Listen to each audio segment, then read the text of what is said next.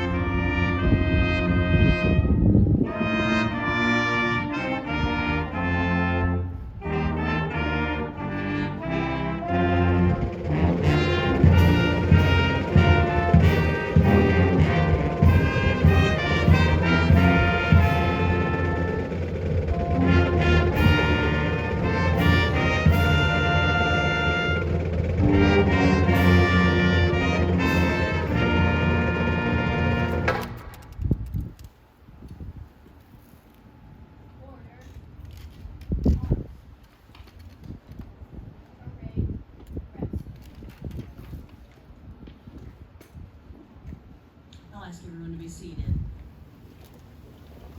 Good morning, and on this beautiful morning, and welcome to MMI and the Alabama Military Hall of Honor Induction Ceremony. My name is Vanessa Nicholson, and I serve as the Executive Director to the Alabama Military Hall of Honor. Today we celebrate and induct yet another brave Alabamian to our sacred hall. We would like to welcome the Hall of Honor board members that are in attendance today. If you would stand when I call your name. Colonel David J. Mollahan, Vice President of the Hall of Honor and President of MMI. Chief Master Sergeant David Bullard, Command Senior Enlisted Leader, Alabama National Guard. Major General Cheryl Gordon, 42nd Adjutant General, Alabama National Guard. Colonel Bill Hanson, U.S. Marine Corps, retired. Major Lee Lambert, representing the Veterans of Foreign Wars. Major General Shane Lee, U.S. Army Reserve, retired, and his wife Deborah. Willie P. Tatum, representing the Disabled Veterans of Alabama. Thank you. We would also like to welcome MMI's executive staff. If you are an executive staff member, would you please stand? Thank you. We would also like to recognize the MMI Board of Trustees and Advisors that are with us today. Mr. Ed O'Neill, President of the MMI Board of Trustees and Advisors. Dr. Shane Lee. Mr. Charles Holmes, MMI Board of Trustees and Advisors Emeritus.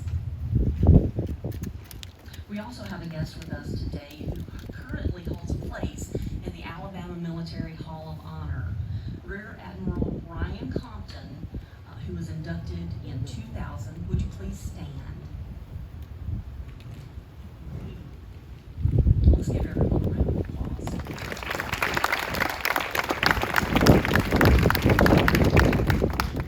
It is now my privilege to introduce the Vice Chairman of the Alabama Military Hall of Honor Board and the 16th President of Marion Military Institute, Colonel David J. Mollahan.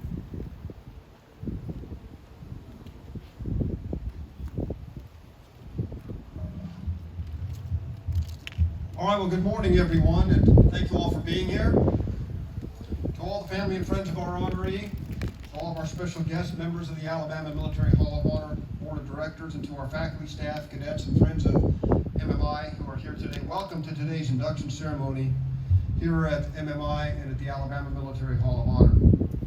The Military Hall of Honor was created in January 1975 by then Governor Wallace's Executive Order number 59 as a means to honor Alabama's military heroes and to provide a permanent and visible tribute to them.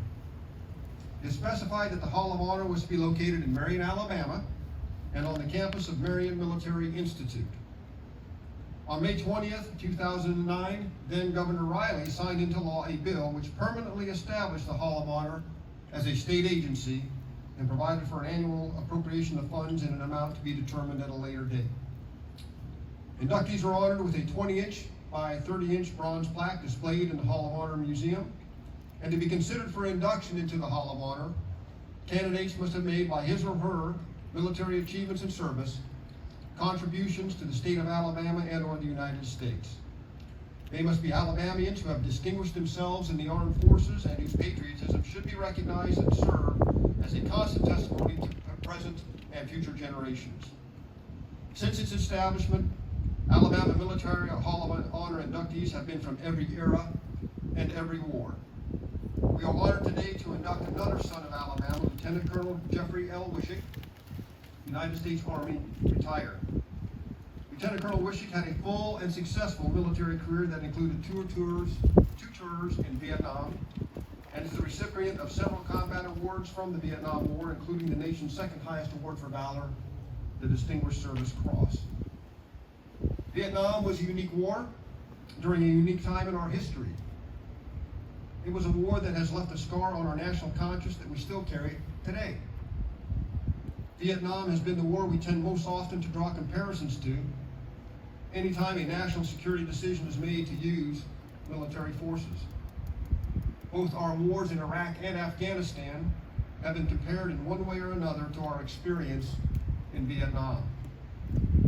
Vietnam was a war that occurred during a very turbulent time in our country. A counterculture revolution that started at the corner of Haight and Ashbury Streets in San Francisco. The civil rights movement was coming into full swing. And a war that had started out with so much popular support and under the banner of a noble cause was becoming less and less popular every passing day, and with every new report of casualties on the evening news. It was a trying and uncertain time, but perhaps most disturbing, at least in my view, was how so many of our people began to lose such respect for their fellow countrymen who wore the uniform of our military. In fact, how we view the military today, the respect we now show, the support we now give, may be in a sense a kind of reflective and unexpected correction for how our military was treated back then. Today, where we honor our servicemen and women, then they became despised. Today, where we shake their hands, pat them on the back, and say, thank you for your service, then they were yelled at and spat upon. Through it all, American servicemen and women still did their duty, just as they always have done, just as they still do today. Through it all, despite the unpopularity of that war, they still risked their lives for their country and each other. They still performed acts of eye-watering heroism. Through it all. For these reasons, the man we honor today is a hero in his own right. Of course, he will tell you he's no hero at all. But the service he did in that war, during those turbulent times, for the sake of duty, honor, country, for the sake of the mission, for the sake of those to his right and his left, to serve his country which had sent him away to that war at a time of great national difficulty on the home front, and then return him with no bugles, no drums, no parades, not so much as a thank you for your service, only solidifies for him the title of American hero.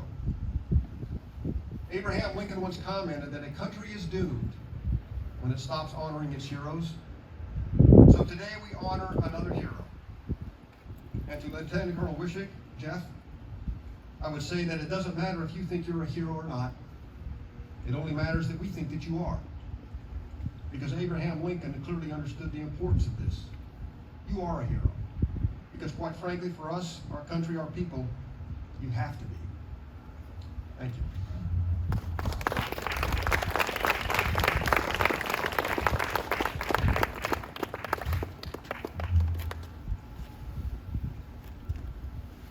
It is now my honor to introduce Dr. Daniel Hartzog III. Go ahead and come to the podium.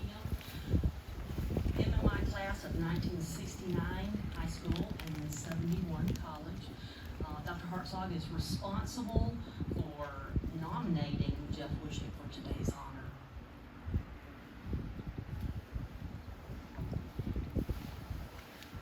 Well, we couldn't have asked for better weather today. And I'm sure some of you are wondering how we got here. The distinguished guests have been recognized, but I think it's important that we also recognize family. Family is one of the most important things in your whole life.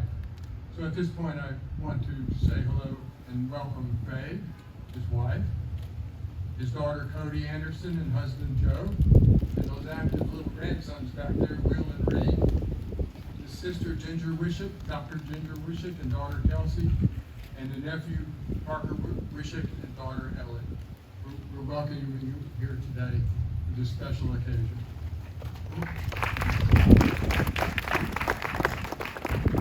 One other person I must recognize is my wife, Sharon, and she's my personal advisor and counsel, and keeps me out of trouble, and organizes me, and I'm grateful for that. How did we get here? In 1966, I was a high school freshman, and Jeff had been here 4 years. He was a sophomore in college and a captain. I always like to recognize Dr. Colonel Mollahan because of the leadership that he is talking about in his speeches. Leadership is something that we lack in this country and that this school can offer. Well, I had a 2-hour meeting with Jeff, and it was a distinct honor. It was as if 56 years later we'd walked off the parade field, gone down to the QM, and had a Coke together. It's a brotherhood and a sisterhood of dedicated people to do the right things. It was 1971. I was still here. Colonel Fix was the person and common thread through which we talked about. Jeff came here with his father. He was a surgeon and also the first board-certified cardiologist in Montgomery. When they walked out, they said, "Dad, I think I want to come here." I came here, visited, met with Colonel Fix, and same thing, except one part of the interview, he looked at me and he was questioning me and looked at my parents were answering, and he said, "I'm not interviewing you for Marion Institute, I'm interviewing your son, let him talk." He was very direct.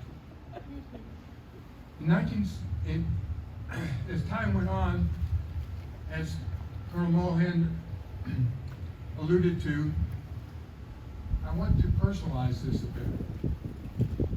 What was going on in Marion? And I see some people that probably were here in Marion at the time. The people of the town have always supported Marion Institute, and our brains are ossified, as we found out in our meeting for 2 hours at this time. In March of 1966, the Sunday March occurred on the Edmund Pettit Bridge. The anti-war protesters had begun in 1963. Timothy Leary, a Harvard professor, was a member of the counterculture and advocated using LSD, turn on, tune in, drop out. The Cold War was raging with Russia, and the New York Times stated, "God is dead, debate widens." Some memoirs of the town, all the churches were open. Believe it or not, there were 650 cadets here and about 300 young ladies at Judson College. The businesses were open, the Neely Theater, Corner Cafe, Wilbur Brothers, Department Store, Nathan Harrison Son, Nichols Service Station, Breland's Hardware, Pool Hall. It was a bustling town. Chapel was held Monday, Wednesday, and Friday. I often think of Ed O'Neill, who spoke when he was alumnus of the year, who said the parade field was eminent in his mind. For me, it was the chapel. We met Monday, Wednesday, and Friday. It was mandatory. As Jeff indicated to me in our conversation, Sergeant Boyat toured the balcony and took roll of those not there and those sleeping, and we got demerits for that. Jeff's name came up. He was severely wounded in 1968. There were others. Joseph Harris, whose parents donated the stained glass windows on either side of the doors at the entrance to the chapel. This morning I read it. A small plaque on the right side of the door bears his name. Pete Golightly, Jeff's good friend, Snake Shelton, those were both killed. And there were many others. But the word kept coming back to us. He returned to MI in 71, and he to see Colonel Fix, whose cancer had returned, and it was there I saw him on the steps of Wilkerson Hall. It touched me deeply. I knew what he'd been through. He was commissioned as second lieutenant in November of 1966 and reported to Fort Benning, Georgia in January of 1967. He was sent to Vietnam as a 20-year-old platoon leader in 1967 with Delta Company, 3rd Battalion, 187 Airborne Infantry, under the 101st Airborne Division. He was located in the vicinity of Pho Vinh when his unit came under attack by the Viet Cong and reinforced by Vietnamese regulars. On March 18th and 19th, 5 months into his tour, Jeff charged ahead to the unit after the platoon leader and most of his men were killed at the front. He organized, and through a hail of bullets, he organized the removal of the wounded and withdrawal of the grain from the platoon. While looking for a landing zone to evacuate the wounded, a command detonated mine and fragmentation grenade wounded 4 of them and killed the remaining men. He was wounded in the legs, right arm, left side, with his chest, face, back, and scalp. Wounded and bleeding profusely, he was able to rise to his knee and kill 6 Viet Cong, switching on his M16 to full automatic. The 4 remaining men feigned death to avoid capture during the night. One was found at 10 p.m. by the Viet Cong and killed. A Vietnamese regular found Jeff, turned him over, and sat on him. With his last bit of strength, he drew his survival knife and dispatched the enemy. Following multiple hospitalizations, he was released to attend flight school. He went to flight school and graduated in May of 70 and returned to Vietnam in June of 1970, 1 month later. What was amazing to me is he said we were not as aggressive at that time.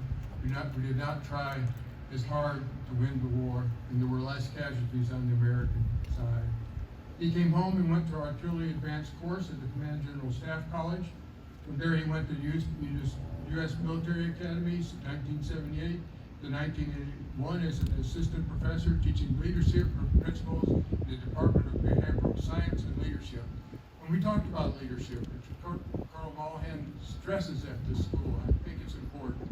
He said, you can tell, these are Jeff's words, you can tell a soldier to shine his shoes, but to make him want to shine his shoes is what a professional person does. Everybody can learn the principles, but everybody has to personalize those principles and carry them out. And that's what they do here at Marion Institute. You can learn the principles, but everybody, in his words, is not George Patton. You've got to personalize them and make them your own. He then arrived in Germany in New Ulm with 56 FA Command Pershing as the Director of Personal and Community Activities for Heidelberg. His last 4 years were completed in Fort Still at the Commander of the 3rd Battalion, 9th Field Infantry, Pershing, as the TRADOC System Manager for Pershing.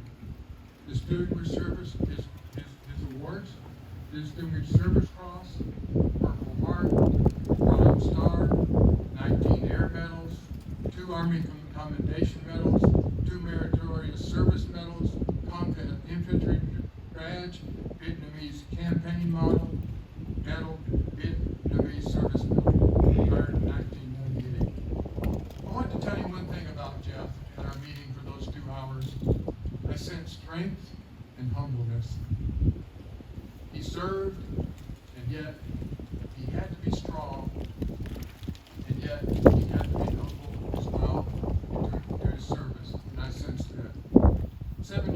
he completed his AS degree at the University of West Florida and his MS degree at Purdue University.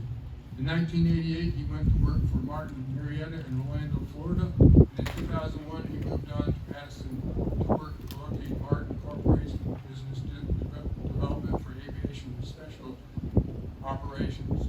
Those were his jobs, but this was his service. I want to say something about Jeff before I continue. That anecdotal information is important information. Sometimes what you say, but what you talk about afterwards. He still had demons from the war. He said nights were not his friend. He was volunteering at a veterans hospital, and a double amputee was talking to him, and he says, "The counseling here saved my life and saved my marriage." And Jeff said, "I want to become a part of that." Having gone through all that, years before, they had told him, "You just got to get over this. You can't get over something like that. You'd have to." They were not professional counselors then as they are now. It helped them a great deal. He volunteers at Seminary 5 Community Task Force as vice chairman and chairman. He's a judicial volunteer for Madison County Court Judge Ruth Ann Hall and her Veterans Court. He's involved with the Survivor Outreach Service for our Gold Star families, and he volunteers for Vets with Vets. And I understand he has his own vet. But I told him my cousin has one, and he said it was a 63. He said, "Well, I want the vintage that came in my area, so it's a 2000 something." In his own words, there is no life greater than serving your nation. With that, I conclude.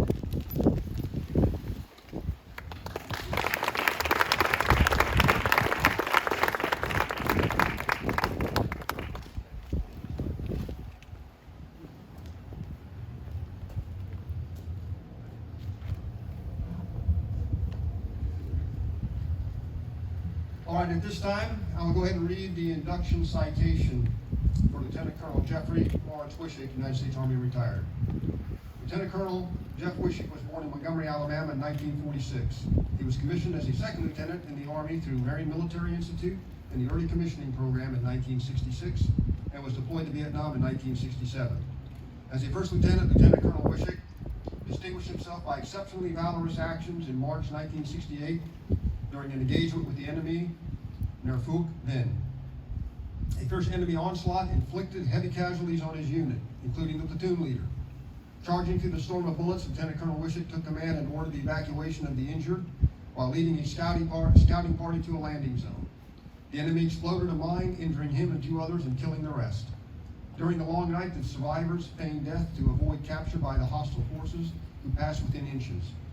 Just before dawn, a lone North Vietnamese soldier came upon them. After rifling through the Lieutenant Wishik's pockets to obtain sea rations, the soldier sat on him while he ate. With his last bit of strength, Lieutenant Wishik drew a survival knife and killed the soldier. For his actions, Lieutenant Wishik received the Distinguished Service Cross. After his recovery, Lieutenant Wishik went to flight school. He graduated in 1970 and returned to Vietnam as a pilot for his second combat tour. After retirement, Lieutenant Wishik continued to serve as a professional volunteer, supporting a variety of veterans-related activities. Lieutenant Colonel Wishik's combat actions under extreme circumstances reflect his courage and devotion to duty. His many awards include the Distinguished Service Cross, Bronze Star Medal, Purple Heart, Meritorious Service Medal, and Air Medal. This time, we'll go ahead and unveil the plaque.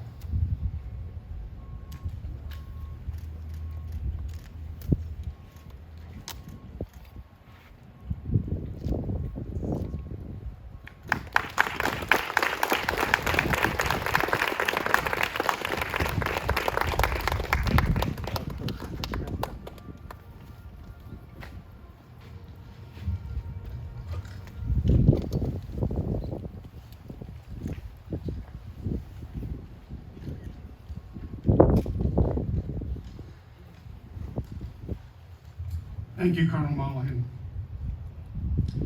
And thank you to each of you that took time out of your very special lives to spend some of that time. I'm indeed humbled, honored, and incredibly blessed to be standing here today. Humbled that you would make a decision to share that moment with me and my very special family, and of course honored at the nomination and induction to the Alabama Hall of Military Honor. But for me, it would not be right to accept this recognition without personally honoring our patriots, warriors, and hero classmates inscribed in the Vietnam recognition line, including Monkey Davis, Nico Lightly, and my good friend Snake Shelton. These men, as well as everyone else listed here, will always and forever be remembered. May I also convey a special thank you to the band and the color guard and Dan Herzog for this nomination and his most kind remarks. Also, to Vanessa Nicholson for all of her efforts pulling this event together. MMI planted my military seed,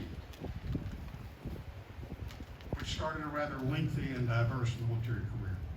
On this path, there are two truly defining moments and a prayer. Dan mentioned both moments. And on this day, I'd like to share a small piece of each of them with you and MMI. The first was my early commissioning 56 years and 3 days ago, this past Tuesday, the 1st of November in 1966. The second was the events of 18 and 19 March.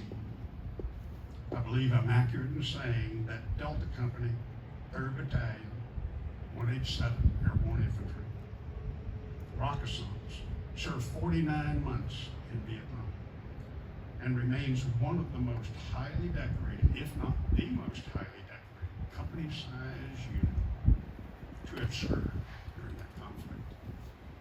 You may have heard of another one of their encounters. It was called in 1969 Emery. I've always been honored and privileged to have served these amazing warriors. Some drafted, some not, but all true American patriots. Now to the prayer.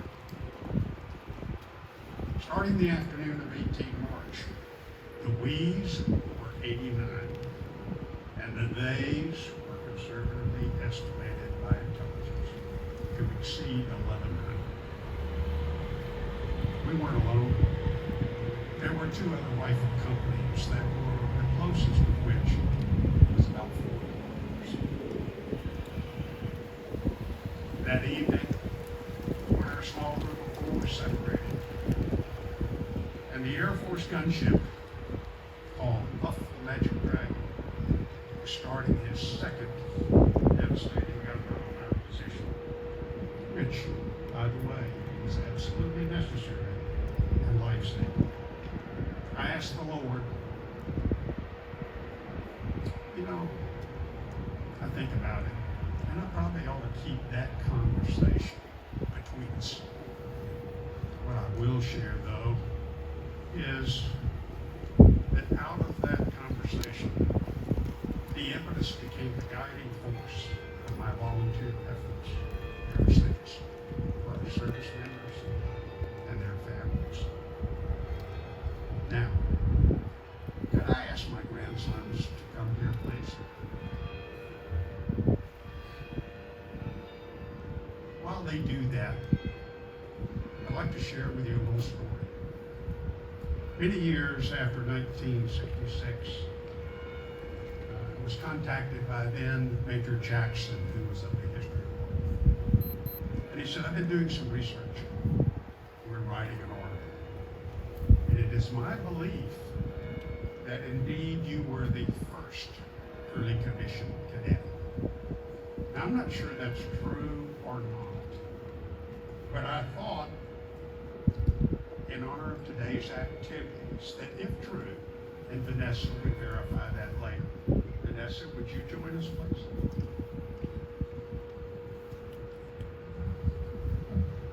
by the way. Tall one is Reed, short one is Will. I fully expect in the 2025 Major League Baseball draft, this one will go #1 pick, and 2 years after, his brother will be right behind him. Anyway, if that information is accurate on my commission, I'd like to provide 2 archives to Vanessa. One is a commissioning certificate from 1 November 1966 for that program, which, by the way, still exists today.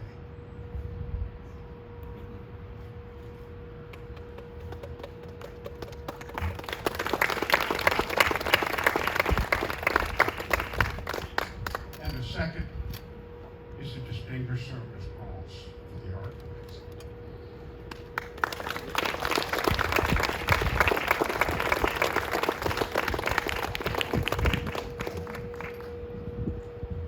Lastly, to our attending Vietnam veterans. Through the course of the years, like Colonel Monahan said, we've been welcomed home a lot. To them, I would say, thank you for being there. It was important. Ladies and gentlemen, again, I'm humbled and honored by this recognition. Thank you.